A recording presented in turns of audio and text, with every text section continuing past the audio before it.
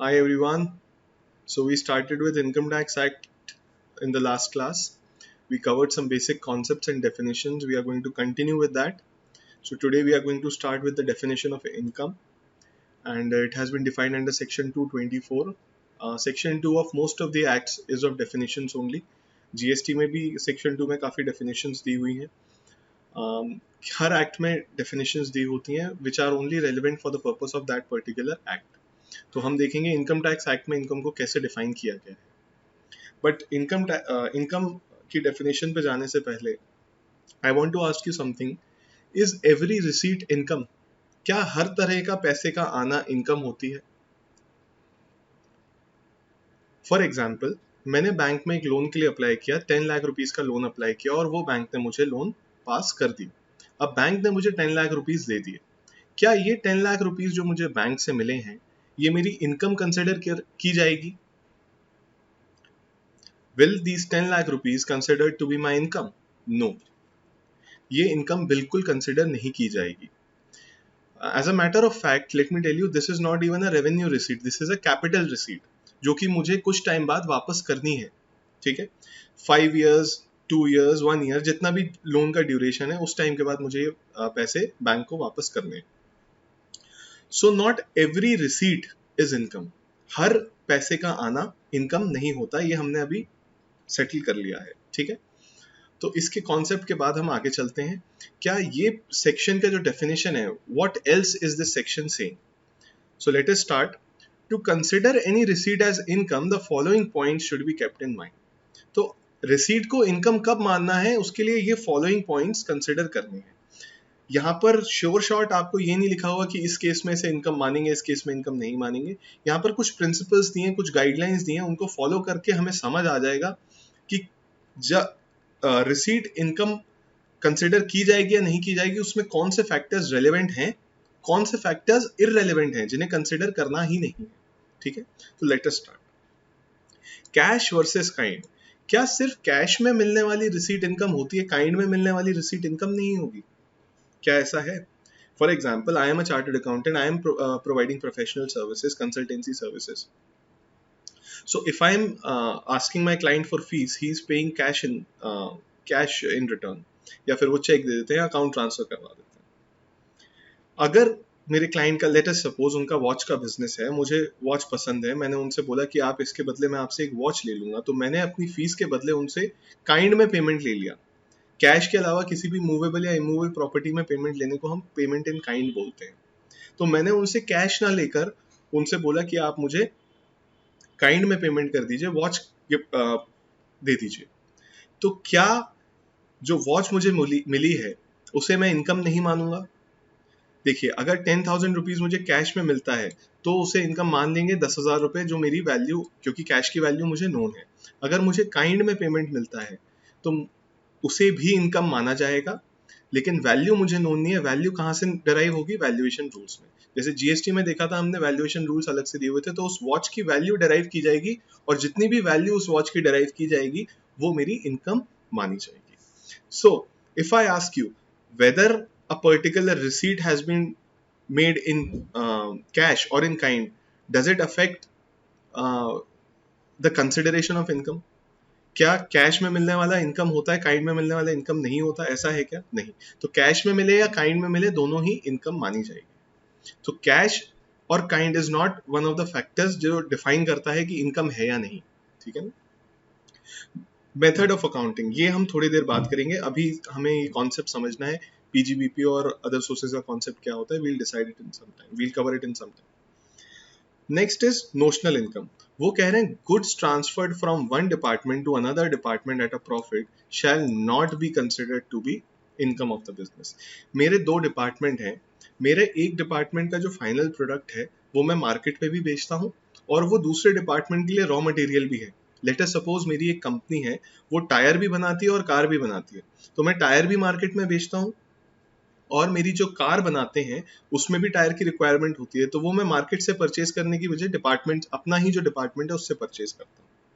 अब दो ऑप्शन है कि टायर जो मेरा डिपार्टमेंट ए बना रहा है वो वैसे की वैसे, अगर उसकी लेटेस्ट से 500 रुपीज की कॉस्ट आई है तो वो 500 रुपीज की कॉस्ट पे डिपार्टमेंट बी को ट्रांसफर कर दे, जो कार बना रहा है, लेकिन नहीं, मेरा डिपार्टमेंट ए बोलता है मैं तो उसको प्रॉफिट पे ही ट्रांसफर करूंगा। तो लेटस से डिपार्टमेंट ए ने वो टायर 500 रुपीज का 600 का डिपार्टमेंट बी को ट्रांसफर किया eight a profit of 100 rupees. तो क्या वो मैं अपना प्रॉफिट बुक्स में दिखाऊंगा? क्या इनकम टैक्स पे करूंगा मैं उस प्रॉफिट पे? जी नहीं। अगर कोई एक गुड्स एक डिपार्टमेंट से दूसरे डिपार्टमेंट में ट्रांसफर होते हैं at a profit, this is considered to be your notional income. इसे हम इनकम ट्रीट नहीं करते। Source of income, source of income can be temporary और परमानेंट, इससे फर्क नहीं पड़ता कि वो इनकम ट्रीट होगा या नहीं होगा। अगर मैंने लेट अस सपोज मैं कहीं जॉब कर रहा हूँ, मुझे मंथली सैलरी वहां से मिल रही है, so that is my income, this is my permanent source of income. यहाँ मुझे हर महीने सैलरी मिलती है। और एक जगह लेट अस से मैंने एक महीने के लिए कंसल्टेंसी सर्विस दी थी किसी को, वो प्रोजेक्ट एक महीने का ही था, 1 मंथ का ही था। तो क्या ऐसा होगा कि जहां से मेरा परमानेंट सोर्स ऑफ इनकम है वो तो इनकम मानेंगे, जहां मैंने 1 महीने की सर्विस दी या 2 महीने की सर्विस दी, या फिर मैं कॉन्ट्रैक्चुअल बेसिस पे अगर काम करता हूँ, 1 महीने सर्विस देता हूँ, फिर 4 महीने बाद देता हूँ, फिर 5 महीने बाद देता हूँ, तो वो इनकम नहीं मानी जाएगी? ऐसा होता है क्या? नहीं होता। सोर्स कैन बी टेम्पररी और it can be permanent, it does not matter, दोनों ही केस में इनकम मानी जाती है। कैपिटल रिसीट क्या होता है? कैपिटल रिसीट और रेवेन्यू रिसीट, इन दोनों का आपको डिफरेंस पता होगा। रेवेन्यू रिसीट बेसिकली जो हमारे बिजनेस के एक्सपेंसेस और इनकम होती है, हम रेवेन्यू रिसीट बोलते हैं। कैपिटल रिसीट वो होती है जो हम लॉन्ग ड्यूरेशन के लिए बिजनेस में यूज करते हैं। अब कॉन्सेप्ट ये है, रेवेन्यू रिसीट जितनी भी होगी, it is always liable to tax, हमेशा उस पर टैक्स लगेगा ही लगेगा, अनलेस एक्ट में बोला गया है स्पेसिफिकली कि भैया इस पे टैक्स नहीं लगाना। मतलब revenue receipt by default income मानी ही जाएगी, अनलेस अंटिल एक्ट में स्पेसिफिकली बोला गया है कि इस पर टैक्स नहीं लगाना। ठीक है। कैपिटल रिसीट कभी भी उस पर टैक्स नहीं लगाना। नॉर्मली कैपिटल रिसीट पर टैक्स नहीं लगेगा अनलेस एक्ट में स्पेसिफिकली बोला गया। तो दोनों प्रिंसिपल्स उल्टे हैं। रेवेन्यू रिसीट के केस में बाय डिफॉल्ट टैक्स लगना ही लगना है, अगर एक्ट ने मना किया है तो मत लगाना एक पर्टिकुलर रिसीट पे। कैपिटल रिसीट के केस में कभी भी टैक्स नहीं लगाना उसके ऊपर, अनलेस एक्ट जब नहीं बोलता कि इस पर लगा दीजिए। ठीक है। तो इन दोनों केसेस का हमने प्रिंसिपल याद कर लिया कि अगर रेवेन्यू रिसीट है तो उस पर तो बॉस टैक्स लगाना ही लगाना है, अनलेस एक्ट ने मना कर दिया कि नहीं नहीं, ये वाली जो रेवेन्यू रिसीट है उस पर टैक्स नहीं लगेगा। और कैपिटल रिसीट जितनी भी आ रही है उस पर टैक्स कभी नहीं लगाना, कभी नहीं लगाना। लेकिन अगर एक्ट बोलता है स्पेसिफिकली कि इस वाली कैपिटल रिसीट पर टैक्स लगेगा, only then we have to impose tax on that. ठीक है। चलिए, loss, income also includes negative income. अब ये आपको लगेगा ये कैसी बात है, क्या नेगेटिव इनकम पे भी टैक्स लगा देंगे क्या? नहीं, ये नेगेटिव इनकम पे टैक्स नहीं लगता। लेकिन एक्ट में एक्चुअली ये इसलिए दिया हुआ है कि हर जगह एक्ट में कहीं भी लॉस की बात नहीं की। एक्ट में लॉस वर्ड नहीं है, ना ही एक्ट में नेगेटिव इनकम वर्ड है। हर जगह उन्होंने इनकम इनकम लिखा हुआ है। तो इन्होंने यहाँ पर ये डिफाइन किया है, ये बताना चाह रहे हैं कि इनकम में नेगेटिव इनकम भी, यानी कि इनकम में लॉस भी इंक्लूड कर रहे हैं। तो कहीं पर अगर इनकम लिखा है तो उनका दोनों मतलब है उससे, इनकम भी है और लॉस भी है। ठीक है। डिस्प्यूटेड इनकम, मान लीजिए कोई इनकम डिस्प्यूटेड है, ये नहीं पता कि ये इनकम ए की है या इनकम बी की है, तो उस केस में किस पर इनकम टैक्स लगाएं? टैक्स कौन पे करेगा? टैक्स की लायबिलिटी किसकी है पे करने की? ए की है या बी की है?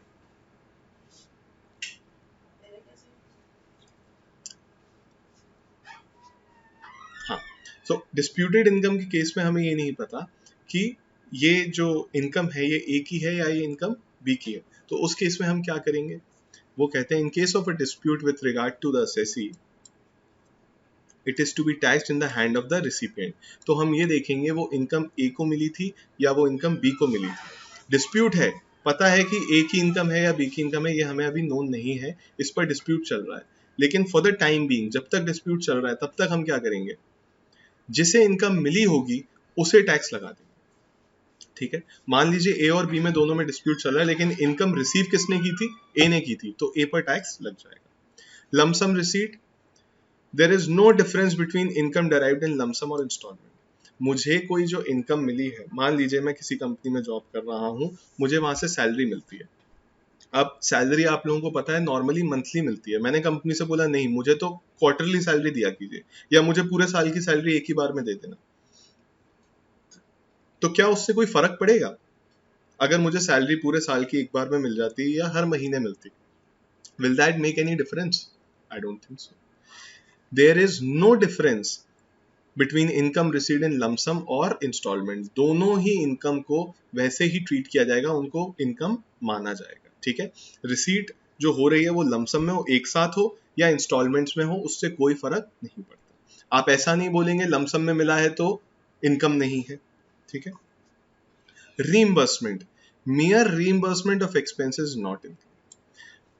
अब मैं आपको एक एग्जांपल देता हूँ. एज अ चार्टर्ड अकाउंटेंट मैं सर्विसेज देता हूँ. मैंने लेट अस सपोज किसी का कंपनी का रजिस्ट्रेशन कराया, जीएसटी का रजिस्ट्रेशन के लिए कोई क्लाइंट आया मेरे पास कि मुझे कंपनी रजिस्टर करवानी है, तो उसमें कई सारे स्टैम्प्स वगैरह भी लगते हैं. तो मैंने उनसे बोला कि ये स्टैम्प आप बनवा के देंगे या फिर मुझे खुद बनवाने हैं या मैं अपने ऑफिस के स्टाफ से बोल दूं. तो उन्होंने बोला सारा काम आप कर दिया, आप तो हमें लमसम अमाउंट बता दीजिए. तो मैंने कहा कंपनी बनवाने के चार्जेस 20,000 है और 10,000 के अलग से जो क्लरिकल वर्क होता है, जैसे स्टैम्प बनवाना है, एक अग्रीमेंट बनवाना है, एक रेंट अग्रीमेंट बनवाना है, ये सारे चार्जेस जो लगेंगे वो एक्चुअल एक्सपेंसेस होंगे, वो आप या तो खुद करवा लीजिए या आप मुझे दे दीजिएगा, मैं किसी से करवा दूंगा. तो उन्होंने बोला ठीक है. तो मैंने जो उनको बिल दिया वो मैंने बिल दिया प्रोफेशनल चार्जेस 20,000 रुपीज और रीइंबर्समेंट ऑफ एक्सपेंसेस 10,000 रुपीज, ठीक है? तो अब इस केस में टोटल बिल मैंने 30,000 का दिया. अब आप मुझे ये बताइए कि इस केस में इनकम कितना माना जाएगा, 20,000 या 30,000? इस केस में इनकम 20,000 माना जाएगा, ठीक है? दूसरा एग्जांपल देता हूं. क्योंकि ये बाकी का जो 10,000 था वो रीइंबर्समेंट ऑफ एक्सपेंसेस था जो मैंने क्लाइंट के बिहाफ पे किए, ठीक है ना? अब मैं दूसरी बात करता हूं आपसे. मैं लिटिगेशन की सर्विस देता हूं. लेट अस सपोज मुझे ट्रिब्यूनल में केस की हियरिंग पे जाना पड़ा, ठीक है? तो मैं इलाहाबाद या फिर दिल्ली हियरिंग पर गया. अब दिल्ली जब मैं हियरिंग पर गया, मैंने कहा मेरी प्रोफेशनल फीस जो है हियरिंग अटेंड करने की वो 50,000 रुपीज है और मैं अगर दिल्ली जाऊंगा तो वहां पर मेरा ट्रैवल का एक्सपेंस भी होगा, मेरा स्टे का एक्सपेंस भी होगा. तो मैंने क्लाइंट से बोला कि आप टिकट्स और ट्रैवल बुक कर दीजिए और आप अपना स्टे का भी कर दीजिए. तो क्लाइंट ने बोला सर आप करा लीजिए, जितना भी खर्चा होगा हम रीइंबर्स कर देंगे. मैंने कहा ठीक है. तो मैंने 50,000 उनकी प्रोफेशनल फीस का बिल दिया उन्हें, साथ में मैंने बताया कि ट्रैवल का मेरा 2,000 रुपीज लगा और स्टे का मेरा 5,000 रुपीज लगा. तो मैंने 57,000 का उनको टोटल बिल दिया. आप ये बताइए इसमें से इनकम कितनी मानी जाएगी? अच्छा, पेमेंट भी मुझे 57,000 का आया है, लेकिन मैं इनकम कितनी मानूंगा, 50,000 या 57,000? इस केस में भी इनकम 50,000 मानी जाएगी. The remaining 7,000 is near reimbursement of expenses. वो जो टिकट बुकिंग मैंने कराई, वो जो होटल का स्टे मैंने कराया, वो रीइंबर्स हो गया मुझे क्लाइंट के द्वारा. So that will never be considered as my income. क्या वो मेरे पॉकेट में गया? आप सोच के भी देखिए, वो मैंने एक्चुअल जितना मेरा पैसा मुझे जितना मैंने एक्सपेंस किया था उतना का उतना एक्सपेंस मुझे क्लाइंट से मिल गया. तो क्या ये मेरी इनकम थी? ये तो वहीं का वहीं खर्च हो गया, ठीक है? This is reimbursement of expenses. तो रीइंबर्समेंट ऑफ एक्सपेंसेस कभी भी इनकम नहीं मानते. Legality, the act does not make any difference between legal और इलीगल इनकम. गंदा है पर धंधा है ये. So even if there is an illegal income, income tax बोलता है हमें कोई दिक्कत नहीं है, हम तो उस पर भी टैक्स लगा देंगे बस, ठीक है? मैं ड्रग की स्मगलिंग कर रहा हूँ, उसकी इनकम आ रही है मुझे, मेरे साल की 50 लाख इनकम आ रही है. इनकम टैक्स बोलता है ठीक है, इनकम इनकम होती है, हमें कुछ उसमें डिस्टिंग्विशन नहीं करते कैसे भी हो रही हो इनकम, ठीक है? हम तो उस पर टैक्स लगा देंगे, ठीक है?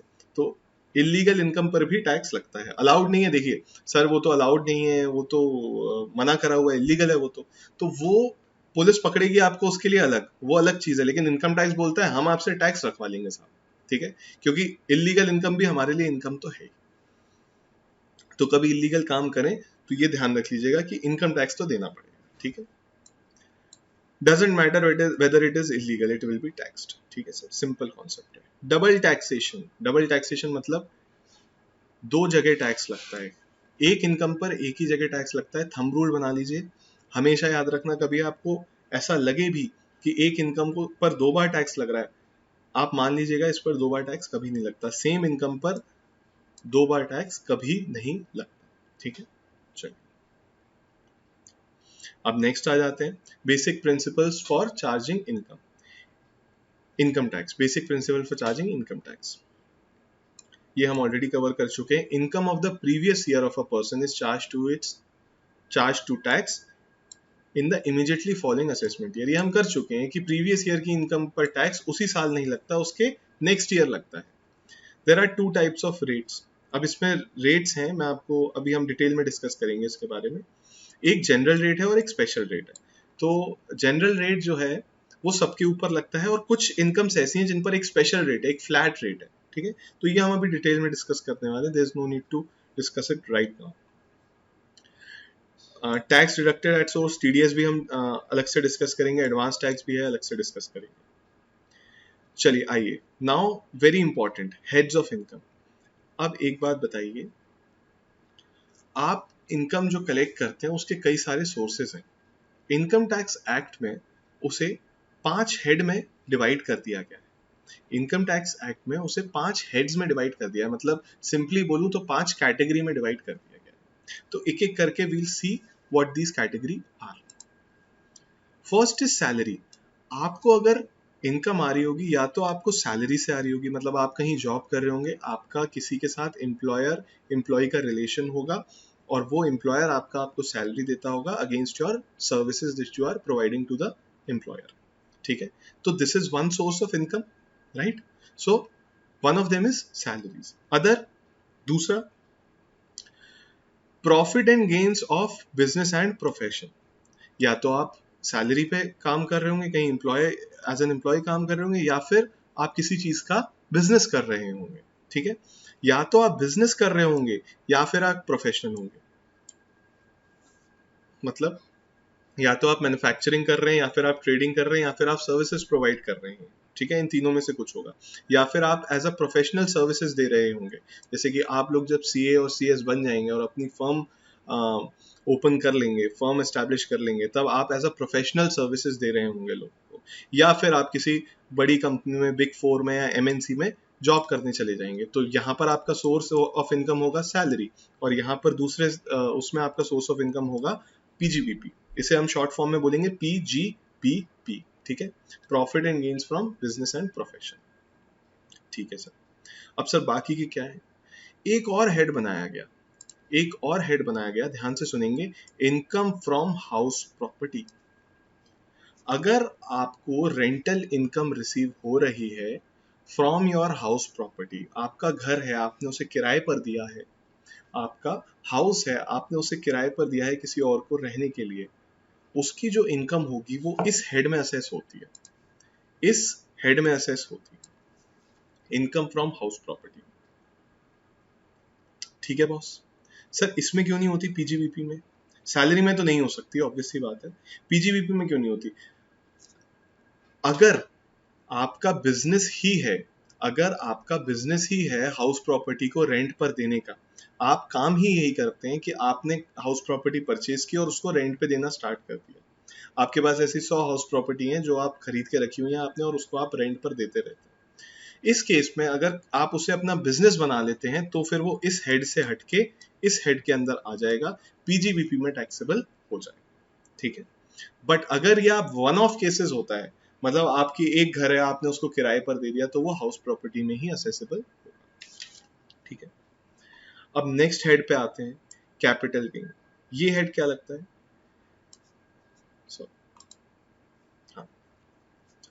नाउ लेट अस से कि आपके पास जो घर जिसकी हम बात कर रहे हैं, जो आप रेंट पर दे रहे थे, वो घर आपने 10 साल पहले खरीदा था 10 लाख रुपए का। वो घर आपने 10 साल पहले 10 लाख रुपए का खरीदा था। आज की डेट में आपको क्या लगता है उसकी प्रॉपर्टी की कीमत क्या होगी? कम से कम 60 to 70 लाख उस प्रॉपर्टी की कीमत होगी। हाँ जी, 6 से 7 गुना आराम से हो गया होगा, ज्यादा ही हो गया होगा बल्कि। So the property which was purchase by you 10 years ago for 10 lakh rupees, it is now of value 60 lakh rupees. आज वो 60 लाख रुपीज की है, और मान लीजिए आज आपने उस प्रॉपर्टी को सेल कर दिया, तो क्या आपको गेन हुआ? सोच के देखिए, 10 लाख की चीज आपने 60 लाख रुपीज में बेच दी। जी हाँ सर, गेन तो हुआ, 50 लाख रुपीज का गेन हुआ। तो गवर्नमेंट बोलती है बॉस इस पर भी हमें टैक्स दे दो, गवर्नमेंट बोलती है इस पर भी हम टैक्स लगा देंगे और इसे हम बोलेंगे कैपिटल गेन। कायदे से देखा जाए तो आपको कैपिटल गेन ही तो हुआ। आपने जो प्रॉपर्टी 10 लाख रुपीस की परचेज की थी, now you are selling it for 60 lakh rupees, there is a capital appreciation of 50 lakh rupees, right. तो उस केस में जो आपका गेन है वो कैपिटल गेन के हेड के अंदर असेस होगा, ठीक है। इनकम फ्रॉम अदर सोर्सेस, अब आपको कहीं से इंटरेस्ट मिल रहा है, आपने किसी कंपनी के शेयर्स खरीदे, उस पर डिविडेंड मिला, तो इस टाइप की income income from other sources में जाती है।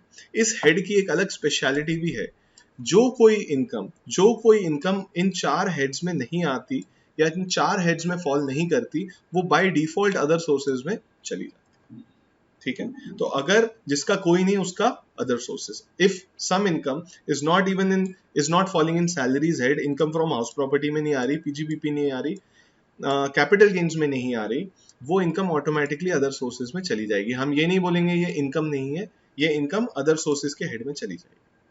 अब एक बात बताइए सर, आपने ये सारा तो बता दिया, बट हमें नहीं समझ में आ रहा है इन हेड्स को अलग अलग करने की जरूरत क्या थी। एक ही हेड कर देते ना, कैसे भी इनकम तो इनकम होती है और उस पर अल्टीमेटली टैक्स भी लगाना है, then why distributed into 5 different heads, और फिर उनको साथ में, अभी आप देखेंगे उनको फिर साथ में एंड में ऐड भी कर दिया जाता है। तो फिर अलग करने की जरूरत क्या थी? अलग करने की इसलिए जरूरत थी, इस हेड के सैलरी के अपने आप में एक अलग लॉज हैं, अपने आप में एक अलग रूल्स हैं। ये पांचों जो सेक्शन डिविजन्स हैं या हेड्स हैं, इनको हम डिटेल में पढ़ेंगे। आपका 40 to 45% ऑफ द सिलेबस यही है, यही पांचों हेड हैं, इनके रूल्स हैं, ठीक है। तो इन्हें हम बहुत डिटेल में कवर करने वाले हैं। 40 to 50% आपके ये हेड्स ही आते हैं एग्जाम में, ठीक है ना सर। तो सैलरी के अलग रूल्स हैं। अच्छा, सैलरी की जो इनकम होगी वो सैलरी के रूल्स के हिसाब से असेस होगी, और फिर आप फाइनल इनकम पे क्या सैलरी की इनकम मानी जाएगी, क्या इनकम नहीं मानी जाएगी, कौन से एक्सपेंसेस अलाउ होंगे डिडक्ट होने के लिए, कौन से एक्सपेंसेस अलाउ नहीं होंगे डिडक्ट होने के लिए, ठीक है। अगर हमने एडवांस में सैलरी ले ली तो क्या उसे इनकम मानेंगे, या सैलरी के अगेंस्ट कोई एडवांस ले लिया तो क्या उसे इनकम मानेंगे। क्या हमने किसी चीज पर खर्चा कर दिया, हमारे मेडिकल एक्सपेंसेस पर खर्चा कर दिया, क्या उसे इनकम माना जाएगा, सॉरी उसे आप एक्सपेंस अलाउ करेंगे। तो ये सारी बातें हम सैलरी हेड में करेंगे। Next, house property. क्या जो हमने हाउस प्रॉपर्टी है हमारी, अगर हम उसे रेजिडेंशियल पर्पसेस के लिए देते हैं, क्या तभी जो रेंट आ रहा है उसे इनकम मानेंगे। अगर हमने कमर्शियल पर्पस के लिए रेंट पर दी है तो क्या उसे इनकम फ्रॉम हाउस प्रॉपर्टी माना जाएगा। क्या हमने एक हाउस प्रॉपर्टी रेंट पर ली है और उसे फिर दोबारा से सबलेट कर दिया है, तो क्या वो इनकम फ्रॉम हाउस प्रॉपर्टी माना जाएगा। तो ये सारे क्वेश्चंस के आंसर्स अभी मैं आपको नहीं बताऊंगा, ये हम जब पर्टिकुलर हेड्स को करेंगे तब इनके बारे में बात करेंगे, ठीक है। तो यहाँ पर बहुत सारे ऐसे प्रोविजंस होंगे, जब हम हेड्स को करेंगे तब उसमें डिटेल में डिस्कशन होगा कि कौन कौन सी इनकम इस हेड के लिए एलिजिबल होंगी, कौन सी इनकम इस हेड के लिए एलिजिबल नहीं होंगी। अभी हमने कैपिटल गेन की बात की सर, कि हमने अगर कोई प्रॉपर्टी परचेज किया और उसको बेचा है तो वो हमारी इनकम कैपिटल गेन में असेस होगी। कैपिटल गेन के जो रूल्स हैं, जो सेक्शंस हैं, उसके प्रोविजंस एप्लीकेबल होंगे। बट मैं बोल रहा हूँ मेरा तो काम ही यही है, रियल एस्टेट डेवलपर्स होते हैं, उनका काम ही होता है प्रॉपर्टी खरीद के बेचना, प्रॉपर्टी खरीद के बेचना। तो उस केस में क्या आप कैपिटल गेन मानेंगे? नहीं, उस केस में उनकी इनकम असेस होती है पीजीबीपी में। तो ये सारी जो चीजें हैं, ये हम हेड्स को जब डिटेल में कवर करेंगे तब एक एक हेड्स के बारे में पढ़ेंगे, ठीक है। चलिए, सिग्निफिकेंस क्या है। अगर एक हेड में इनकम चली गई तो उसको दूसरे हेड में चार्ज नहीं कर सकते। मतलब एक इनकम एक पर्टिकुलर हेड में ही चार्ज होगी, ऐसा नहीं हो सकता एक इनकम को आप सैलरी में भी चार्ज कर दो और फिर हाउस प्रॉपर्टी में भी चार्ज कर दो, दिस कैन नॉट हैपन। या फिर आप ये बोल दो कि ये कैपिटल गेन भी है आपका और हम पीजीबीपी में भी इसको असेस करेंगे, दिस कैन नॉट हैपन, ठीक है। The act has self content provision in respect of each. Act में हर हेड के लिए, हर हेड ऑफ इनकम के लिए अपने खुद के प्रोविजंस हैं। There are different provisions for each head of income, right. So there are different provisions for salary, there are different provisions for PGBP, there are different provisions for house property. So there are different provisions for all this. अगर कोई income other sources में जाती है तो उसके other sources के provisions लगते हैं, उसमें कोई एक्सपेंस अलाउ नहीं होगा। लेकिन ये इनकम पीजीबीपी की इनकम है तो उसमें बहुत सारे एक्सपेंसेस अलाउ हो जाएंगे। तो जब हम पढ़ेंगे तब आपको डिटेल में समझ में आएगा कि हेड्स का सिग्निफिकेंस क्या है। अभी मैं आपको सिर्फ एक आउटलाइन बता रहा हूँ। If any income is charged under the wrong head of income, the assessee may have lost the benefit of deduction available to him under the correct head. अब मैंने जैसे कि आपको बताया कि पीजीबीपी में एक्सपेंस अलाउ कर देते हैं, अदर सोर्सेज में एक्सपेंस अलाउ नहीं करते। तो अगर मान लीजिए मैंने गलती से, मेरी इनकम किसकी थी, मेरी इनकम थी पीजीबीपी की, profit and gain from business profession, और मैंने उसको रिटर्न भरते टाइम अदर सोर्सेज में डाल दिया। तो मेरी इनकम थी 20 लाख रुपए की, उसमें 5 लाख रुपए के एक्सपेंसेस भी थे। तो अदर सोर्सेज में मैंने जब डाला तो एक्सपेंस अलाउ नहीं हुए, लेकिन पीजीबीपी में अगर डालता तो मैं एक्सपेंस अलाउ हो जाते। तो मैंने यहाँ क्या कर दिया, अपना बेनिफिट लूज कर दिया। ठीक है, वो एक्सपेंसेस क्लेम करने का बेनिफिट मैं लूज कर जाऊँ। ठीक है, चलिए अब बात करेंगे जीटीआई, ग्रॉस टोटल इनकम। देखिए अभी हमने क्या करा, जो हमारी इनकम, जब भी कभी हमारी इनकम होती है तो हम सबसे पहला काम हमारा ये होता है देखना कि वो इनकम किस हेड की है, कि वो इनकम किस हेड की है। अगर वो इनकम सैलरी की है तो हम सैलरी में डाल देते हैं, अगर वो इनकम हाउस प्रॉपर्टी की है हाउस प्रॉपर्टी में चली जाती है, provision profit and gains from business PGBP की है तो पीजीबीपी में चली जाती है। अब सैलरी में गई तो सैलरी में वो इनकम गई और उसमें जो एक्सपेंसेस हुए वो अलाउ होंगे या नहीं होंगे, इतनी बात होगी, तो वो इनकम सैलरी से निकल के आ जाएगी। फाइनल हो जाएगा कि नेट इनकम सैलरी से कितनी है। ऐसे ही हाउस प्रॉपर्टी के केस में होगा, हाउस प्रॉपर्टी के केस में हमें रेंट मिला 1 लाख रुपए का, उसमें हो सकता है कुछ डिडक्शंस मिले, मान लीजिए 30,000 के डिडक्शंस मिले उसमें हमें, या एक्सपेंसेस अलाउ कर दिए कि आप माइनस कर सकते हैं एक्सपेंसेस, तो नेट इनकम हाउस प्रॉपर्टी से कितनी आ गई, 70,000 आ गई। ठीक है, ऐसे कर करके मान लीजिए हमारे दो हेड्स में इनकम आ रही है। ऐसा पॉसिबल है क्या, पहली बात तो ये बताइए मुझे, is it possible for one person to have income from more than one heads? क्या किसी इंसान की, क्या मेरी सैलरी की भी इनकम हो सकती है, हाउस प्रॉपर्टी की भी इनकम हो सकती है, पीजीबीपी की भी इनकम हो सकती है, क्या इज इट पॉसिबल? और उस साल कैपिटल गेन भी आ गया। मैं आपको बता देता हूं, for anyone it is possible to have all the 5 heads of income, to have income from all the 5 heads. देखिए मैं कहीं जॉब भी कर रहा हूँ साइमल्टेनियसली, पार्ट टाइम जॉब करता हूँ मैं, ठीक है, पार्ट टाइम में जॉब कर रहा हूँ, साथ में मेरा एक घर है जो मेरा ओन्ड प्रॉपर्टी है, उसको मैंने रेंट पर दिया हुआ है, तो सैलरी की इनकम हो गई क्या बॉस? यस हो गई। क्या हाउस प्रॉपर्टी से इनकम फ्रॉम हाउस प्रॉपर्टी हो गई, रेंटल इनकम? यस सर हो गई। एक मेरा बिजनेस भी चल रहा है जो मैं नहीं देखता, मेरे एम्प्लॉयज और मैनेजर्स हैं वो चला रहे हैं, तो मेरी इनकम फ्रॉम पीजीबीपी भी आ रही है सर। आ सकती है क्या? बिल्कुल आ सकती है। एक घर था जो मैंने 10 साल पहले खरीदा था, वो मैंने इस साल बेच दिया, तो क्या मुझे कैपिटल गेन की इनकम अराइज होगी इस साल? बिल्कुल होगी। इनकम फ्रॉम अदर सोर्सेज, मैंने बहुत सारी कंपनीज के शेयर्स खरीदे हुए हैं, उन शेयर्स पर मुझे हर साल डिविडेंड मिलता है उन कंपनीज का, तो क्या मेरी इनकम फ्रॉम अदर सोर्सेज होगी? होगी। तो क्या is it possible for some person to have income from all the 5 heads of income? Is it possible? Yes, it is very much possible. ऐसा भी हो सकता है, ना भी हो सकता है मेरी सिर्फ सैलरी की इनकम हो। ठीक है, तो both the things are possible. अगर मान लेते हैं ऐसा सिनेरियो है जहां पर किसी पर्सन की इनकम फ्रॉम सैलरी भी है और अदर सोर्सेज भी है, या फिर एक से ज्यादा हेड्स में इनकम आ रही है, तो उस केस में हम क्या करेंगे? उस केस में आप देखिए, सॉरी, सैलरी से जो इनकम आएगी, पहले देखिए प्रोसीजर क्या है। प्रोसीजर ये है कि जो भी, जब भी कोई इनकम होती है हम उसे सैलरी की इनकम है हम डिसाइड करते हैं सैलरी की इनकम है। अब हम उसे सैलरी हेड में लेकर जाते हैं। अब सैलरी हेड में देखते हैं क्या क्या अलाउड है, ये इनकम मानी जाएगी या नहीं मानी जाएगी, मानी जाएगी। क्या एक्सपेंसेस अलाउ होंगे या नहीं होंगे, होंगे, तो एक्सपेंसेस अलाउ करती है। अब सैलरी हेड से हम उसको बाहर ले आते हैं, फाइनली हम नेट इनकम बता देते हैं, नेट इनकम फ्रॉम सैलरीज हमारी इतनी है, और हम इसे इस चार्ट में लाके रख देंगे। ऐसे ही हाउस प्रॉपर्टी के साथ होगा, ऐसे ही पीजीबीपी के साथ होगा, ऐसे ही कैपिटल गेन्स के साथ। जब हम उसको उस हेड से बाहर निकाल देंगे फाइनल करके कि हाँ ये इनकम थी, ये एक्सपेंसेस थे, now it has been decided, तो उसके बाद हम इसे ऐड कर देंगे। जब हम इसे ऐड कर देते हैं from all the heads of income, सारे हेड्स की इनकम जब ऐड हो जाती है, हम उस इनकम को बोलते हैं gross total income, GTI. GTI हम उसे बोलते हैं जब सारे, ये बेसिकली हमारी टोटल इनकम। ठीक है, चलिए अब टोटल इनकम आ गई। अब लेकिन इसे तो आप ग्रॉस टोटल बोल रहे हैं, टोटल इनकम तो ये है। अब इन दोनों के बीच में डिफरेंसेस देखिए क्या है। Deductions under chapter 80C to 80U, sorry section 80C to 80U।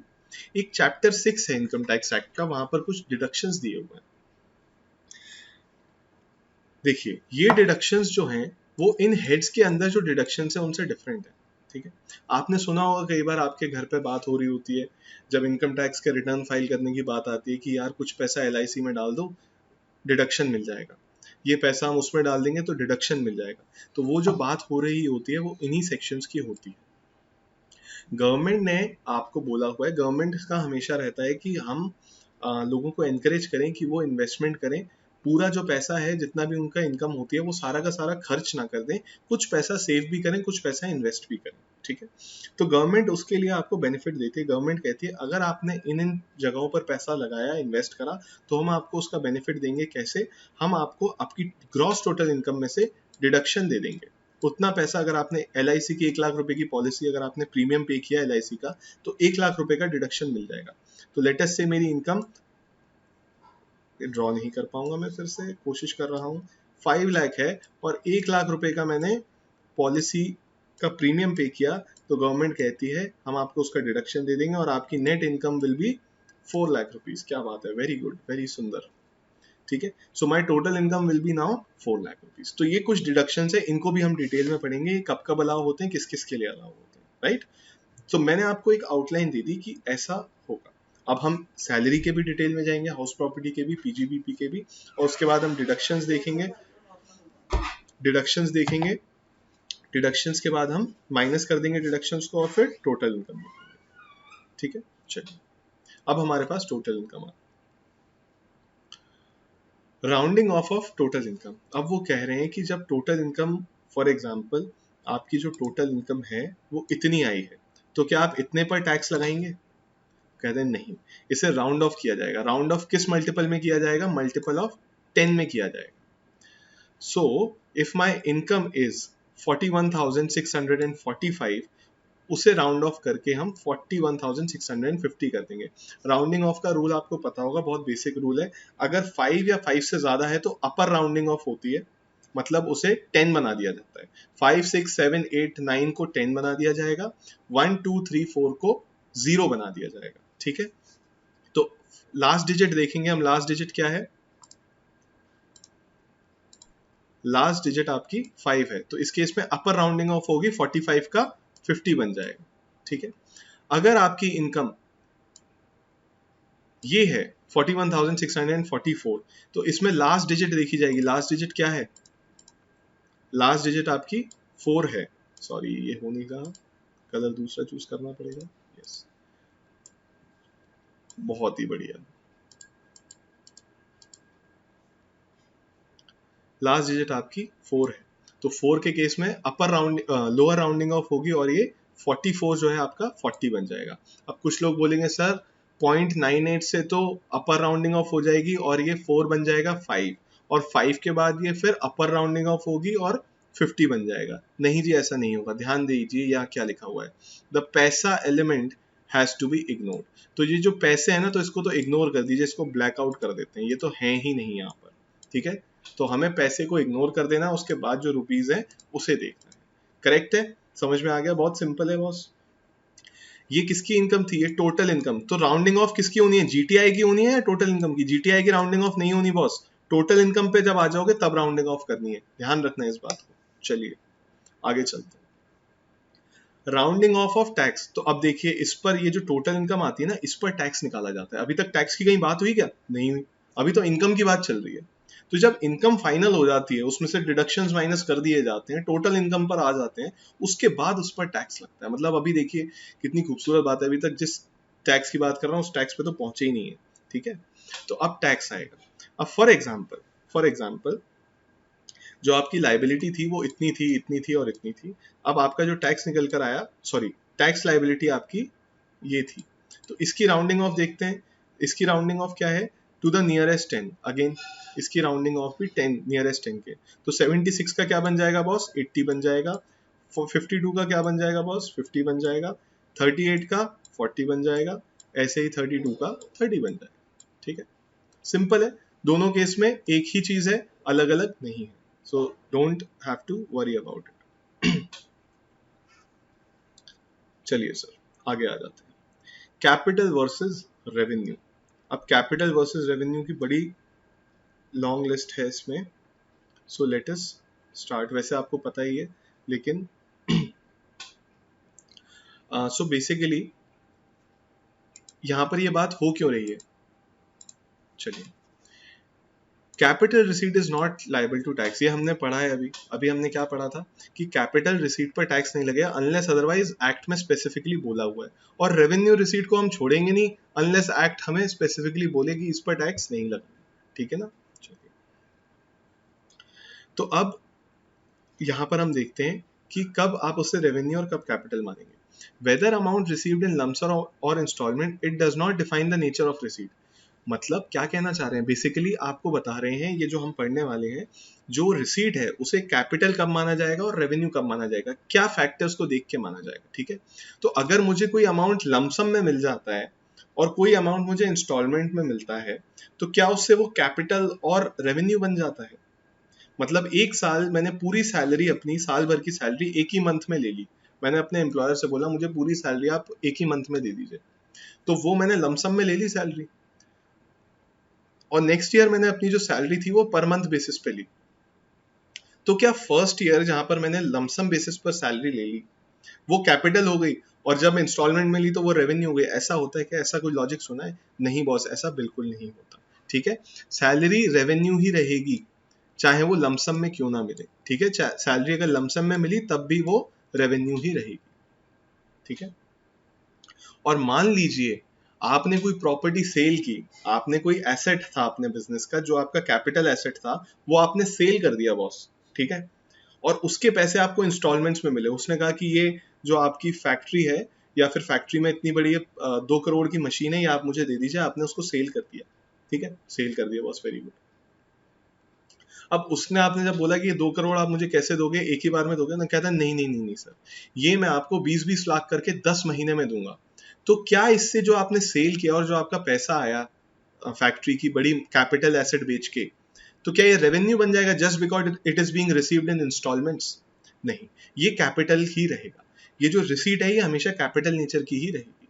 तो कैसे उस जो पैसा हमें मिल रहा है वो कैसे मिल रहा है, लमसम में मिल रहा है या इंस्टॉलमेंट में मिल रहा है, इससे ये फर्क नहीं पड़ता कि वो लमसम में मिल रहा है तो कैपिटल बन गया, इंस्टॉलमेंट में मिल रहा है तो रेवेन्यू बन गया। उसका नेचर देखना है। उसका नेचर अगर कैपिटल है तो वो कैपिटल ही रहेगा, भले ही वो इंस्टॉलमेंट्स में मिले या लमसम में मिले, ठीक है। चलिए, so let us continue with the second point now. So we understand the difference between capital and revenue. अगर कोई भी एक्सपेंस है या रेवेन्यू है वो हमारे बिजनेस में उस पर्टिकुलर ईयर का है, उस पर्टिकुलर ईयर से रिलेटिंग है, एक ही साल का है, हम उसे रेवेन्यू नेचर का बोलते हैं।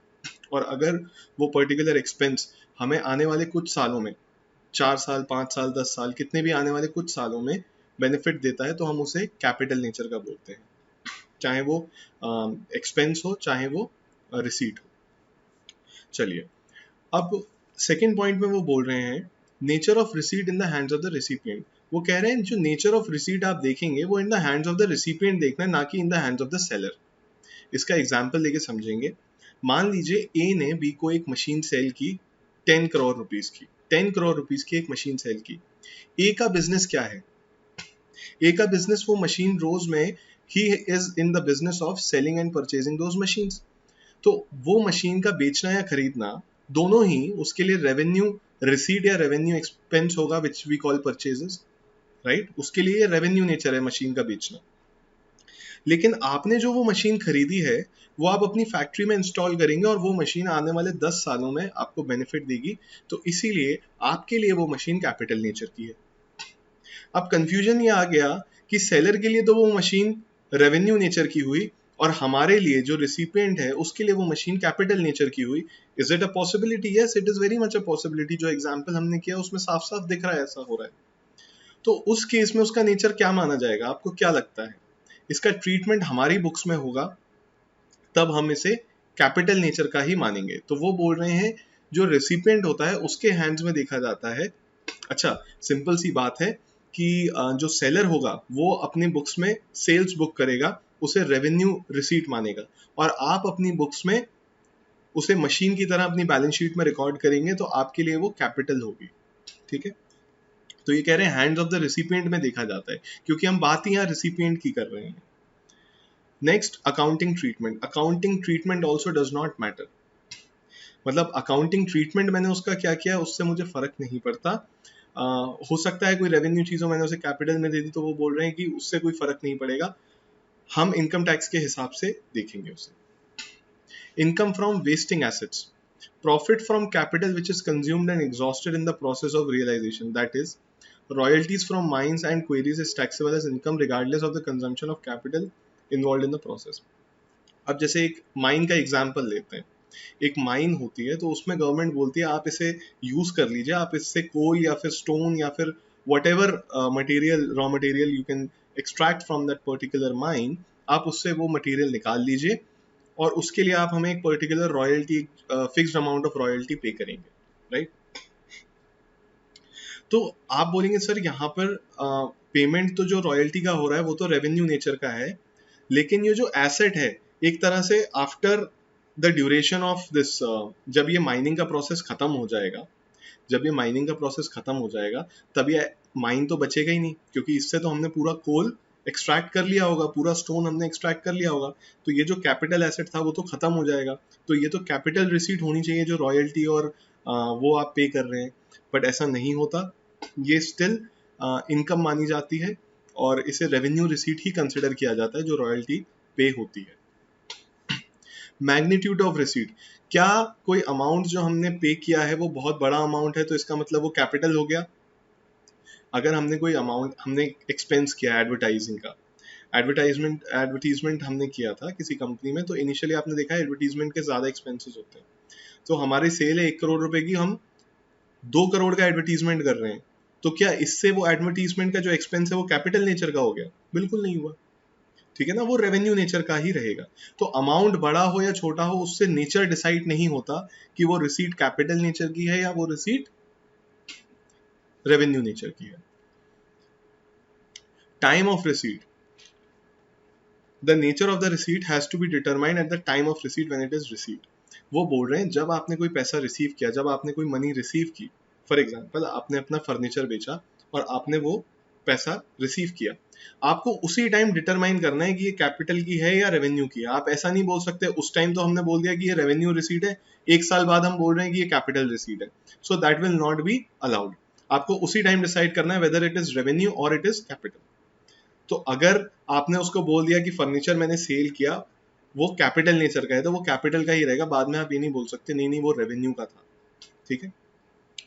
और इसका बेसिकली पर्पस क्या है, फॉर एग्जांपल आपने फर्नीचर बेचा और आपका कैपिटल एसेट था और आपने उसको रेवेन्यू रिसीट दिखा दिया, तो गवर्नमेंट ये बोलती है कि अगर कल को हमने जब असेसमेंट करेंगे आपका और उसमें आपका ये जो आपने मैनिपुलेशन किया है वो पकड़ा जाएगा, तो तब आप ये नहीं बोल सकते नहीं नहीं ये कैपिटल नेचर का ही था। So this is not allowed. So whatever has to be decided has to be decided at the time of receipt only. You cannot change it later on. Quality of receipt. Quality of receipt से कोई फर्क नहीं पड़ता, मतलब अगर मैंने अपनी मर्जी से दी है या फिर मेरे कोई लीगल ऑब्लिगेशन था देने के लिए, मतलब अगर मैंने किसी से बोला कि आप मुझे इसका 10 लाख का पेमेंट कर दीजिए, उसने 10 लाख का पेमेंट कर दिया अपनी मर्जी से, तो अगर वो रेवेन्यू नेचर का है तो वो रेवेन्यू का रहेगा, इससे फर्क नहीं पड़ता वो जो पेमेंट हुआ है वो वॉलेंटरीली हुआ है या फिर कोई लीगल ऑब्लिगेशन थी, मैंने उसके ऊपर केस कर दिया था। कोई एक वेंडर था मेरा, मुझे पैसे नहीं दे रहा था, मैंने उसके ऊपर अपना एक केस कर दिया, फिर उसने मुझे पेमेंट किया by the order of court, तो इससे वो मेरा वेंडर था या कस्टमर था, तो ये रेवेन्यू नेचर का ही था ट्रांजैक्शन। तो जस्ट बिकॉज कोर्ट ने उसे ऑर्डर किया और उसने मुझे पेमेंट किया लमसम में, it will not make it a capital receipt, ठीक है ना, वो रेवेन्यू रिसीट ही रहेगा। Test as to the purpose of keeping an article. if a person purchases a piece of sculpture to keep it as a decoration, मतलब अगर एक person ने परचेज किया है क्या स्कल्पचर, आपको पता होगा स्कल्पचर्स क्या होते हैं, जो मूर्ति या इस टाइप के आइटम्स होते हैं, आर्टिफैक्ट्स होते हैं, उन्हें स्कल्पचर बोलते हैं। To keep as decoration piece in his house, उसे डेकोरेशन पीस रखना था। If later on sold on will bring capital receipt, but if the अब ये देखिए, ये बहुत ही बेसिक सा एग्जाम्पल है, आपको ये देखना है कि वो जो कैपिटल, जो आपने एसेट या जो भी कुछ आपने परचेज किया है, आपका इंटेंशन क्या है। आपका इंटेंशन क्या है? क्या आप अभी तक हमने एक्चुअली जितने पॉइंट्स पढ़े हैं ना, उसमें ये बता रहे हैं ये मैटर करेगा या नहीं मैटर करेगा? अभी तक हमने जितने पॉइंट्स पढ़े हैं, लमसम में पेमेंट हुआ या इंस्टॉलमेंट में हुआ, उससे कोई फर्क नहीं पड़ता। Nature in the hands of recipient देखना है, अकाउंटिंग ट्रीटमेंट से कुछ फर्क नहीं पड़ता। तो मेन बात ये आ रही है, फर्क पड़ता किससे है? अभी तक हमने ये कर दिया, नेगेटिव पॉइंट्स कर लिए कि इन चीजों से फर्क नहीं पड़ेगा। तो मेरा क्वेश्चन ये है कि फर्क पड़ेगा किस चीज से? How will you determine whether it is a capital receipt or a revenue receipt? So we have not determined it yet. अभी तक हमने उस बारे में तो बात की नहीं, तो ये पॉइंट डिटरमाइन करेगा उसे। अब सपोज करिए मैंने स्कल्पचर की बात की, जो स्कल्पचर आप लेकर आए, आपने घर में डेकोरेशन के लिए लगाया था उसे, कल को आप उसे बेच देते हैं, कल को आप उसे बेच देते हैं, तो कोई ये नहीं बोलेगा सर ये तो आपने बेच दिया तो ये रेवेन्यू हो गया। नहीं, मैं लेकर आया था उसे, मेरा इंटेंशन नहीं था बेचने का, लेकिन कल को ऐसे सर्कमस्टांसेस आ गए जब मुझे उसे बेचना पड़ गया, या मेरा मन किया मैंने उसे बेच दिया 4 साल बाद, 2 साल बाद, तो इसका मतलब ये नहीं कि वो रेवेन्यू बन जाएगा। या मैं एक दिन लेकर आया और थोड़े दिनों बाद ही मैंने उसे बेच दिया, टाइम से भी फर्क नहीं पड़ता। तो सर फर्क पड़ता किससे है? फर्क इस चीज से पड़ता है, क्या मैं उसको स्कल्पचर को खरीदने बेचने का बिजनेस करता हूं? क्या मैं उस स्कल्पचर को परचेज और सेल के बिजनेस में एंगेज्ड हूं? फॉर एग्जाम्पल, आप एक गाड़ी खरीद के लाए, आप एक कार खरीद के लाए, और आपने कुछ टाइम बाद 10 साल बाद वो कार बेच दी। आपने वो कार 1 साल बाद बेच दी। आप ये बताइए, वो जो कार आपने सेल की उसकी जो रिसीट आएगी वो रेवेन्यू नेचर की होगी या कैपिटल नेचर की होगी? सर कैपिटल नेचर की होगी। यही कार प्रेम मोटर्स बेच रहा है आपको, और दिन में वो हंड्रेड्स ऑफ कार्स बेचता है, तो क्या उसके लिए भी ये कैपिटल नेचर की है? नहीं, उसके लिए रेवेन्यू नेचर की है। Why? Because he is engaged in business of buying and selling cars. Simple हो गया। आप एक लैपटॉप मार्केट से परचेज करके लाए, आपने थोड़े दिनों बाद आपको लैपटॉप पसंद नहीं आया, आपने लैपटॉप बेच दिया। It does not make your business, की बिजनेस नहीं है आपका कि लैपटॉप को खरीदना बेचना आपका बिजनेस बन गया, ठीक है ना? तो अगर आप उस चीज के वॉलंटरली उस चीज के बिजनेस में एंगेज्ड हैं, तब तो वो रिसीट या वो एक्सपेंस रेवेन्यू नेचर का माना जाएगा। If you are not engaged in this business, then it is always going to be capital only, irrespective of all these points. मतलब वेस्टिंग एसेट हो, मैग्नीट्यूड अमाउंट बड़ा हो या छोटा हो, इंस्टॉलमेंट्स में हो या लमसम से हो, all these things would not matter. अब प्रेम मोटर्स ने अगर कार बेची है, उसको उस कार का पेमेंट 8 लाख की कार है, उसको उस कार का पेमेंट 2 लाख करके 4 इंस्टॉलमेंट्स में मिला, उससे कोई फर्क नहीं पड़ता, वो रेवेन्यू ही रहेगा, ठीक है ना? कोई एम्प्लॉय है, कहीं वर्क कर रहा है, उसे सैलरी मिल रही है, तो उसका काम ही है, he is engaged into the business of providing services to his employer, तो उसे जो सैलरी मिल रही है that is always going to be of revenue nature only. अगर वो पूरे साल की इकट्ठी सैलरी दे देता है, तो हम ये नहीं कहेंगे कि सर 12 लाख रुपए एकदम से मिल गए तो वो कैपिटल नेचर के बन गए। No, it is revenue only. तो कब मिला, कैसे मिला, कितना मिला, कम मिला, ज्यादा मिला, all these things do not matter. आपको बस ये देखना है कि पर्पस क्या था, व्हाट वाज द पर्पस, ठीक है? क्या हम उस बिजनेस में एंगेज हैं या उस बिजनेस में एंगेज नहीं? Instances of transactions which are capital in nature but specifically taxable, ये हम कैपिटल गेन्स में कवर करेंगे, so do not have to talk about it right now. जैसे हमने यहाँ पर रिसीट्स की बात की, now we are going to talk about expenses. I think it is the same only, कुछ एज सच डिफरेंस नहीं है, but let us quickly go through one two और three of them.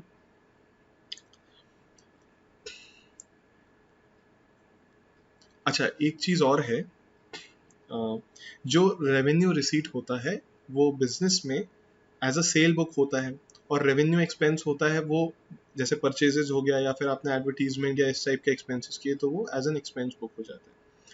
Capital receipt हो या capital expense हो, वो दोनों ही आपके प्रॉफिट पे इफेक्ट नहीं करते, वो दोनों ही आपके पीएनएल पे इफेक्ट नहीं करते, ठीक है? इसकी बात बाद में करेंगे कि सर उस एसेट को, कैपिटल एसेट को बेच दिया प्रॉफिट पे, तो वो प्रॉफिट कहाँ जाएगा, और उस कैपिटल एसेट को लॉस पे बेच दिया तो वो लॉस कहाँ जाएगा। मैं बस अभी ये बता रहा हूँ कि वो बिजनेस के लॉस के साथ नहीं आएगा, वो बिजनेस के लॉस के साथ कवर नहीं होगा, ठीक है? वो कहाँ जाएगा, कैसे टैक्स लगेगा, लगेगा या नहीं, वो सारी बात हम अभी करेंगे बाद में। So capital expenditure is not allowable as expenses. मैंने कोई एक मशीन थी, वो मैंने 10 साल पहले परचेज की थी, now I have sold it. या फिर मैंने कोई एक नई मशीन परचेज करनी, मैंने एक लैंड परचेज कर लिया 10 करोड़ का, और मैं अपने P&L में दिखा रहा हूँ 2 लैंड परचेजेस।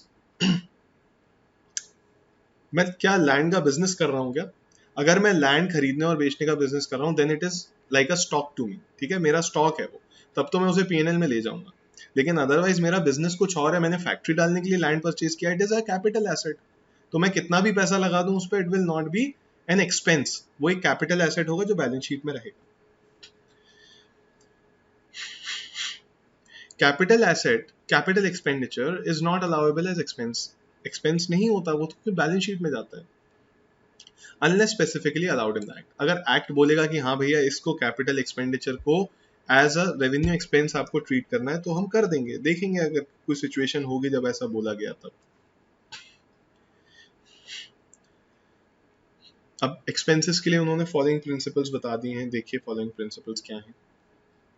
एक्वायरिंग एसेट और एडवांटेज ऑफ एंड्योरिंग नेचर, मतलब bringing into existence an asset or advantage of enduring nature would lead to it inference to that the expenditure disbursed is of capital nature। मतलब basically बात ये कर रहे हैं, वो बोल रहे हैं enduring nature का है क्या, मतलब continuing nature का है क्या। आपने जो एक्सपेंस किया है क्या वो इसी साल का बेनिफिट देगा आपको या आने वाले सालों में बेनिफिट देगा। मैंने न्यूज़पेपर में एक एड निकाला, वो सिर्फ एक दिन का एड था, वो 30 जून को आके न्यूज़पेपर में आ गया। अब ये क्या एड मुझे आने वाले 5 सालों तक बेनिफिट देगा? सर 10 दिन बाद किसी को याद नहीं रहेगा कि आपने पेपर में एड निकाला था, ठीक है। So this is your revenue expenditure. But मैंने एक मशीन खरीद ली जिसकी यूजफुल लाइफ अप्रोक्सीमेटली 7 ईयर्स है, 7 साल तक तो ये काम करेगी, हो सकता है और ज्यादा कर दे और हो सकता है कम भी कर सकती है। In any which case this is going to be a capital expense, ठीक है, ये रेवेन्यू एक्सपेंस नहीं रहेगा।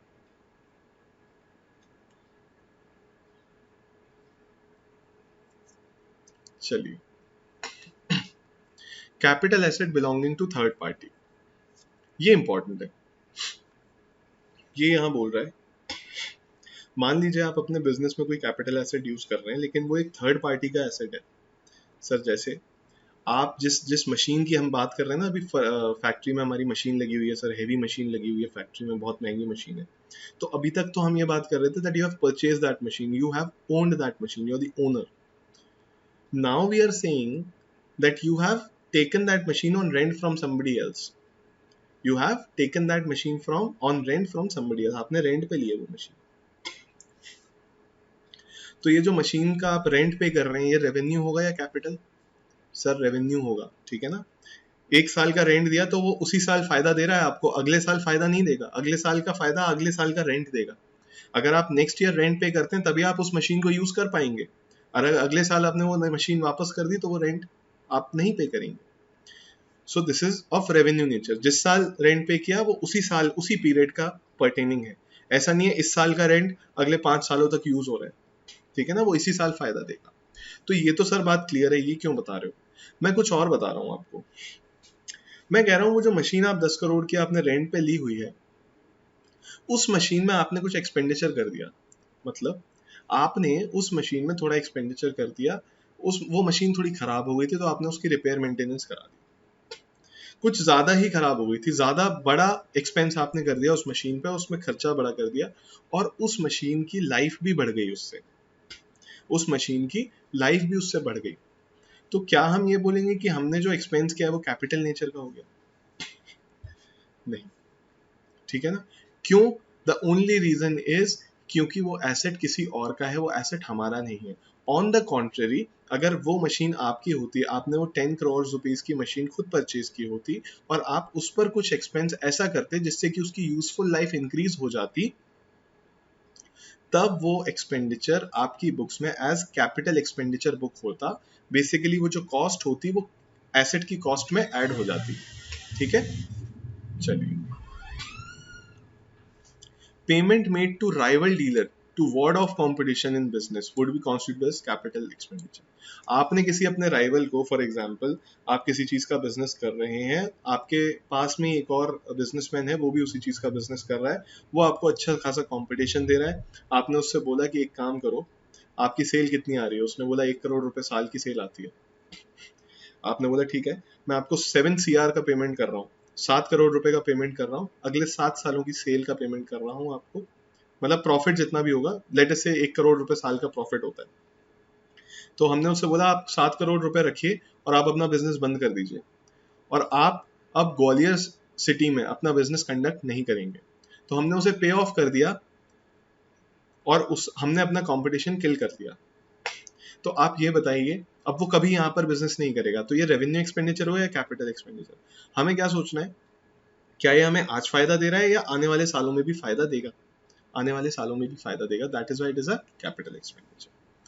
If expenditure is part of working expenses in ordinary commercial trading, it is not capital but revenue. Ordinary course of business में वो expenditure होता ही है. अगर मैं let us suppose कोचिंग का बिजनेस है, कोचिंग क्लासेस हैं, तो उसमें एडवर्टीजमेंट का एक्सपेंस तो होता ही है, ठीक है ना? तो उस केस में it is a normal expenditure, any commercial trading would इनकर दैट एक्सपेंडिचर, तो हमेशा रेवेन्यू नेचर का हो, कैपिटल का नहीं हो. ऐसे ही पॉइंट्स हैं, आई वुड से आप एक बार पढ़ लें, you will understand them, right? चलिए, let us move on to the next topic. इसे आप पढ़ लेंगे, कुछ डाउट होगा, आई थिंक आपको समझ आ गया होगा कि किस पॉइंट पे बात हो रही है, तो just read it out. In case there's a confusion, you can let me know. I don't think we need to go through all of them, it will just waste our time. ठीक है, चलिए next topic पे आ जाते हैं.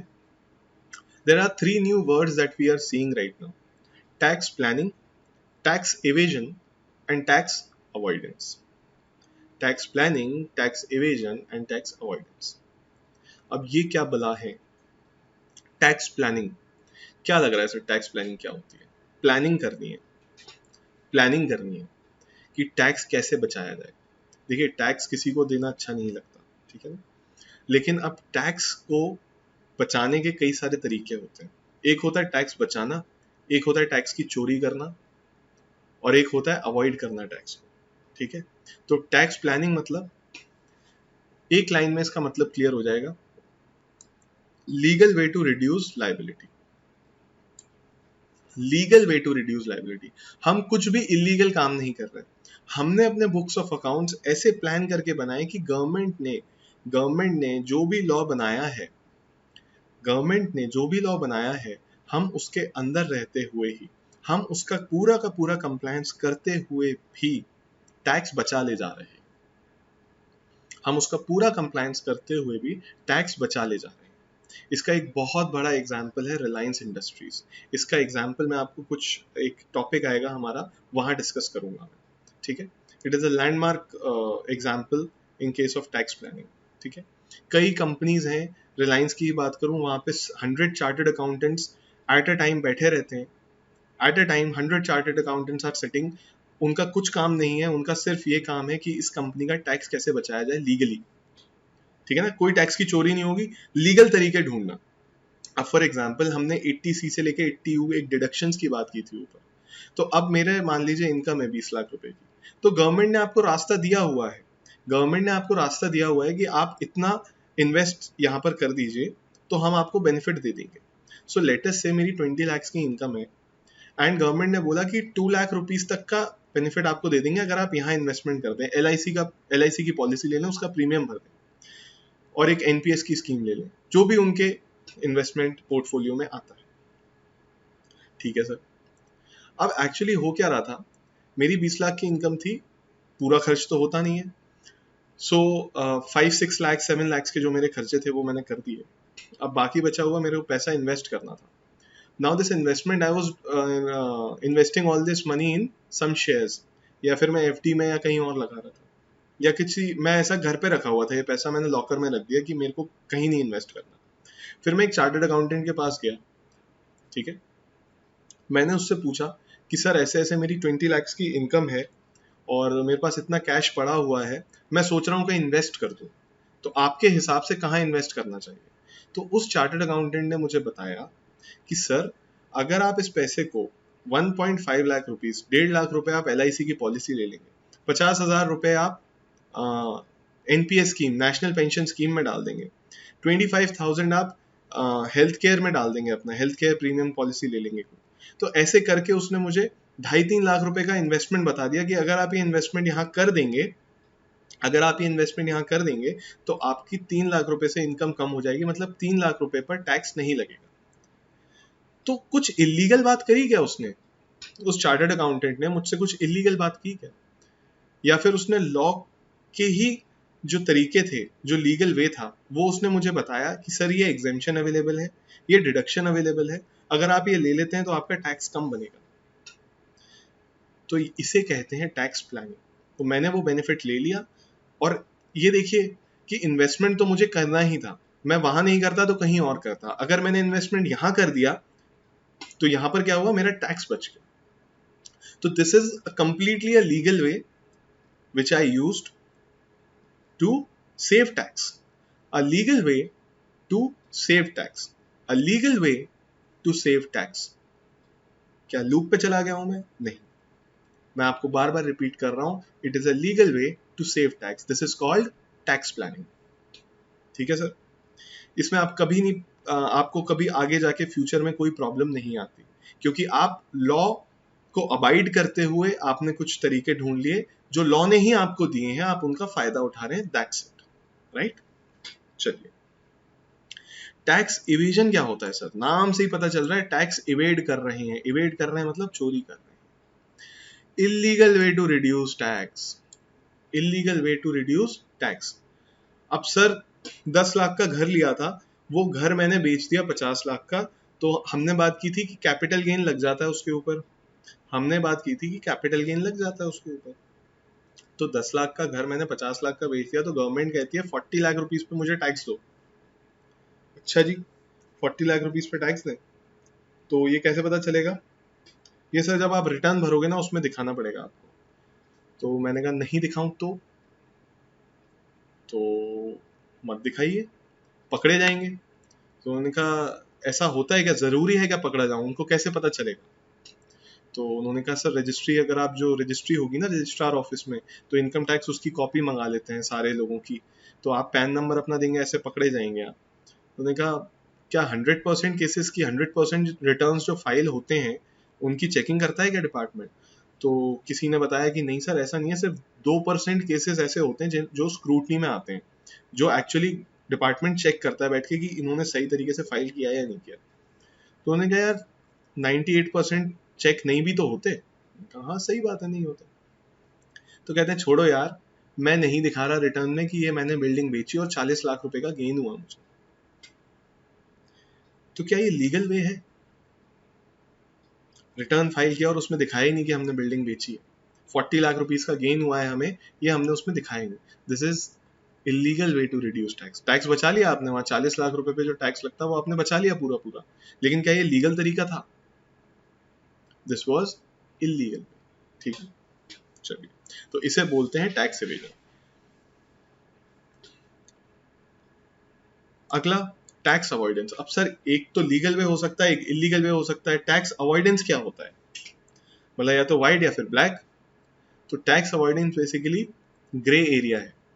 Tax avoidance is a grey area, मतलब आप totally illegal चीज भी नहीं कर रहे, ठीक है, और एकदम मतलब आप लीगल तो हैं लेकिन एक रिस्क रहता है इसमें। अब ये देखिए, it is the exercise by which assessee legally takes advantage of loopholes of the act. आपने दिमाग लगा लगा के एक लूप होल निकाल लिया। लूप होल मतलब एक ऐसा एक्ट में इनकंसिस्टेंसी निकाल ली जिससे आप अपना फायदा कर पा रहे हैं। तो आपने क्या करा, लॉ जब बनाया जाता है तो हर चीज को दिमाग में तो नहीं रख सकते, मतलब कोशिश तो ऐसी ही की जाती है कि everything we have covered everything, but sometimes there are some things that we miss on. मैं अगर आपको भी बोल दूं, किसी भी बड़े से बड़े थिंक टैंक को बोल दूं इस दुनिया में, तब भी छोटा सा छोटी मिस्टेक्स या चीजें रह जाती हैं, रूल आउट हो जाती हैं।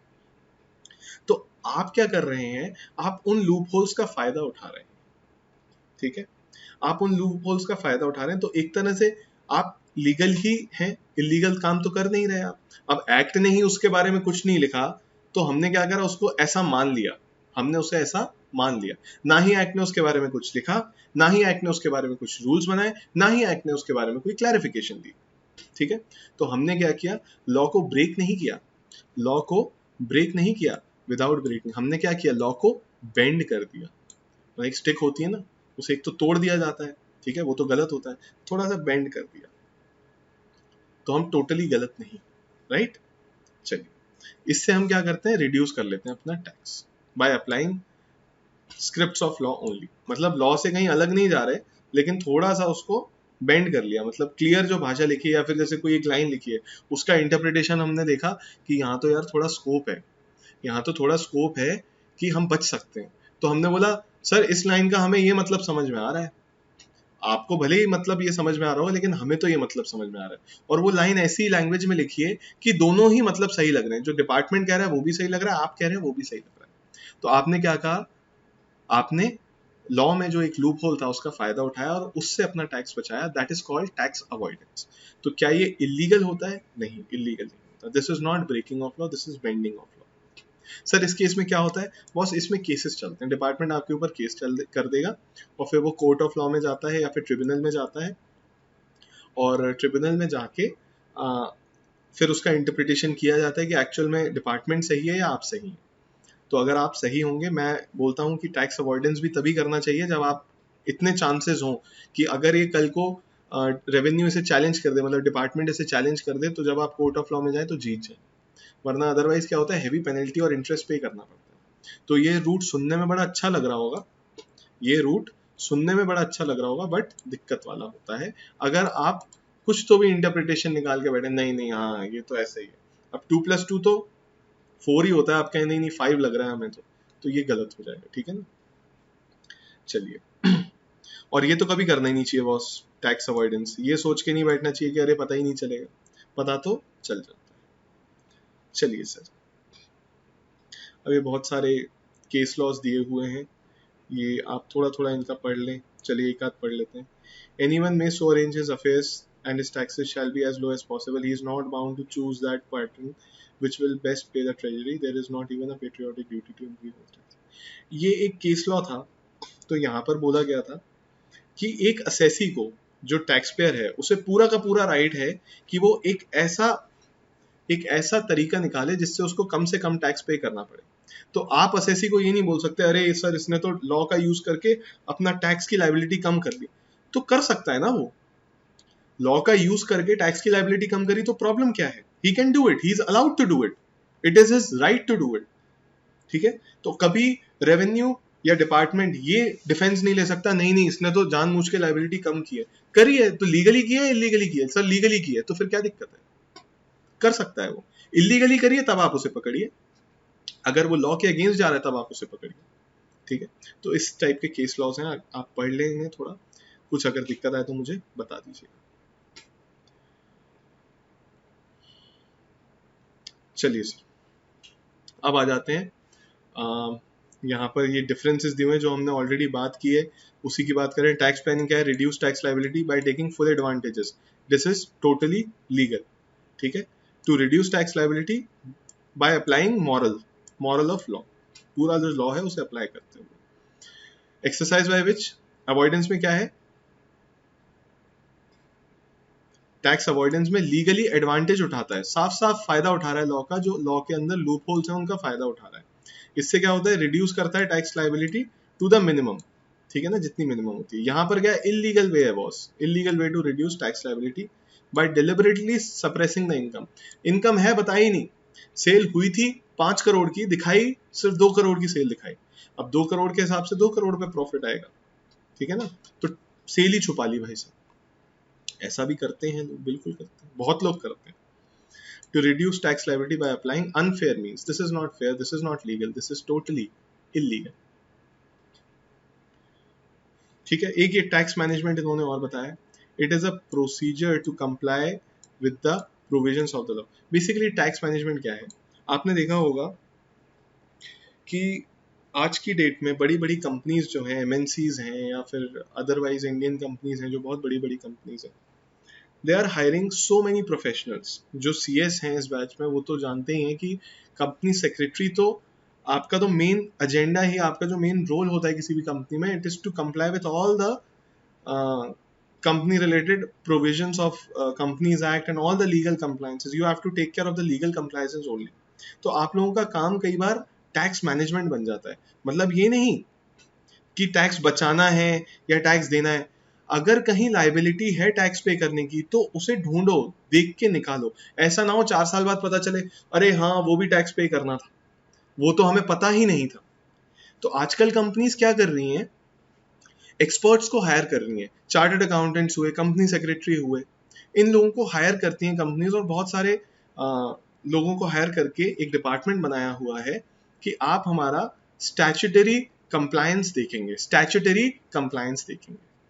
Weather it is companies act, weather it is income tax act, weather it is goods and service tax act, आप हमारा पूरा जो भी गवर्नमेंट ने स्टैट्यूट बनाया है, जो भी एक प्रोविजंस बनाए हैं गवर्नमेंट ने, जो लॉ बनाया है, हम 100% उसे अबाइड करें, मतलब 100% उसे फॉलो करें.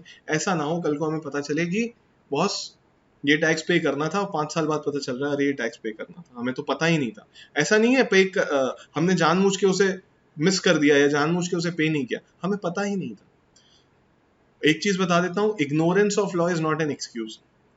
हेलमेट पहन के नहीं गए और चालान काटते हैं तो हम ये बोलते हैं ना कि सर हमें पता नहीं था कि हेलमेट पहनना था, तो this is not an excuse in law, वो आपका चालान काटेगा ही काटेगा. ये बोलना कि हमें पता नहीं था, ये कोई एक्सक्यूज नहीं होता लॉ में. ठीक है, पनिशमेंट मिलेगी मतलब मिलेगी.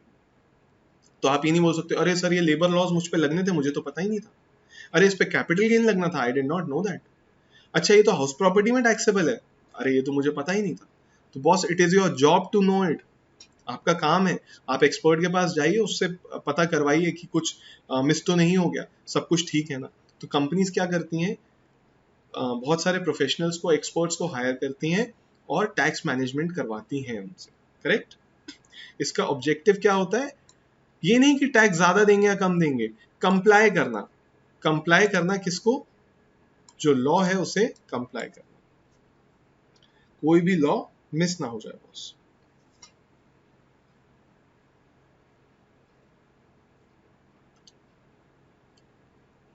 अच्छा अप्रोच देखिए इसमें, अगर टैक्स प्लानिंग कर रहे हैं तो फ्यूचरिस्टिक अप्रोच होनी चाहिए, फ्यूचरिस्टिक अप्रोच होनी चाहिए. रिलायंस इंडस्ट्रीज का मैं थोड़ा सा आपको एग्जांपल बता देता हूँ. धीरू भाई अंबानी जी जो थे, he was such a visionary, he was such a visionary कि जब उनके अंडर रिलायंस था तब उन्होंने उस टाइम पर ऐसा कैपिटल एक्सपेंडिचर किया था, इतना कैपिटल एक्सपेंडिचर, इतना हेवी कैपिटल एक्सपेंडिचर कर दिया था, क्योंकि उन्हें पता था कि आने वाले सालों में, अभी तो मेरा रेवेन्यू कम है, अभी तो मेरी सेल्स बहुत कम है, लेकिन आने वाले सालों में मेरी जो सेल्स हैं वो बहुत ज़्यादा शूट अप कर जाएंगी.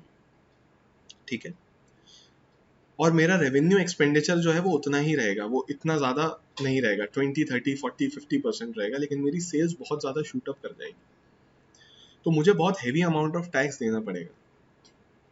तो उन्होंने आने वाले 10 साल इमेजिन कर लिए थे कि आने वाले 10 साल कंपनी के लिए कैसे होंगे, और उसका इन्होंने प्रिपरेशन जो था, उसकी जो प्लानिंग थी उन्होंने उसी टाइम कर ली थी. He invested so much into capital assets कि आने वाले सालों में उन कैपिटल एसेट्स का जो डेप्रिसिएशन था वो इतना हैवी हो गया कि रिलायंस को बहुत कम टैक्स पे करना पड़ा. ठीक है, एक स्पेशल टैक्स हम पढ़ेंगे, minimum alternative tax and alternative minimum tax, दो तरह के टैक्स हैं. ये आया ही रिलायंस की वजह से था, बहुत इंटरेस्टिंग स्टोरी है, मैं आपको बताऊंगा जब ये टैक्स हम पढ़ेंगे. ये आया ही रिलायंस की वजह से था, अगर रिलायंस नहीं होती तो ये टैक्स एग्जिस्टेंस में बॉस नहीं होता. वो क्या स्टोरी है वो हम बाद में जब टॉपिक आएगा तब कवर करेंगे, वेरी इंटरेस्टिंग स्टोरी. मतलब रिलायंस की वजह से भारत में एक टैक्स आया था. ठीक है, एक स्पेशल टैक्स रिलायंस के लिए बनाया था वो. क्योंकि अच्छा क्यों बनाया था स्पेशल टैक्स, क्योंकि रिलायंस टैक्स इवेजन नहीं कर रहा था, ना ही टैक्स अवॉइडेंस कर रहा था, रिलायंस टैक्स प्लानिंग करके बैठा था बॉस. ठीक है, कई सालों तक, 5 से 10 सालों तक रिलायंस ने टैक्स ही पे नहीं किया था, और सब लीगली था, तो उसे कोई चैलेंज भी नहीं कर पाता था. मतलब अगर इलीगल होता तो वो उसे पकड़ लेते 1 मिनट में, but everything was totally legal, totally legal, तो उसे कोई पकड़ भी नहीं पाता था रिलायंस को. कि ये आपने गलत किया, ये आपने इनकम टैक्स एक्ट का आपने इलीगल तरीके से टैक्स बचा लिया या पे नहीं करा। So it was totally legal, उन्होंने टैक्स प्लानिंग की थी।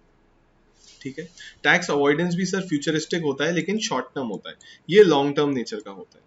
टैक्स प्लानिंग जो होती है वो long term, tax avoidance short term nature का होता है और लूप होल से करते हैं। और ये जो आपका टैक्स इवेजन है, ये तो सर सीधे सीधे it is concern with the past and applied after the liability of tax has arisen. आप कब टैक्स इवेजन करोगे? जब टैक्स बन रहा होगा, ठीक है ना। टैक्स इवेजन कब करते हैं? अरे वो घर बेच दिया, अब टैक्स देना पड़ेगा, अरे छोड़ो दिखाओ ही मत, रिटर्न में दिखाओ ही मत कि घर बेचा, तो टैक्स देना ही नहीं पड़ेगा। तो टैक्स इवेजन कब होता है? जब टैक्स अराइज होता है, ठीक है ना। टैक्स प्लानिंग कब होती है? वो आने वाले 5-10 सालों की प्लानिंग अभी से करनी पड़ती है, तब जाके बच पाओगे आने वाले सालों में, ठीक है। और टैक्स मैनेजमेंट, टैक्स मैनेजमेंट कुछ नहीं है, हमें तो बस ये देखना है कि आज का लॉ क्या है, उस हिसाब से हमें सारे प्रोविजंस को ध्यान में रखते हुए उसे फॉलो करना है। So that is tax management. It is a continuous process, चलता रहता है। इट इज नॉट लाइक कि आज करा फिर बंद कर दिया, फिर 2 दिन बाद करा फिर बंद कर दिया। It is a continuous process which keeps on going on, sorry keeps going on.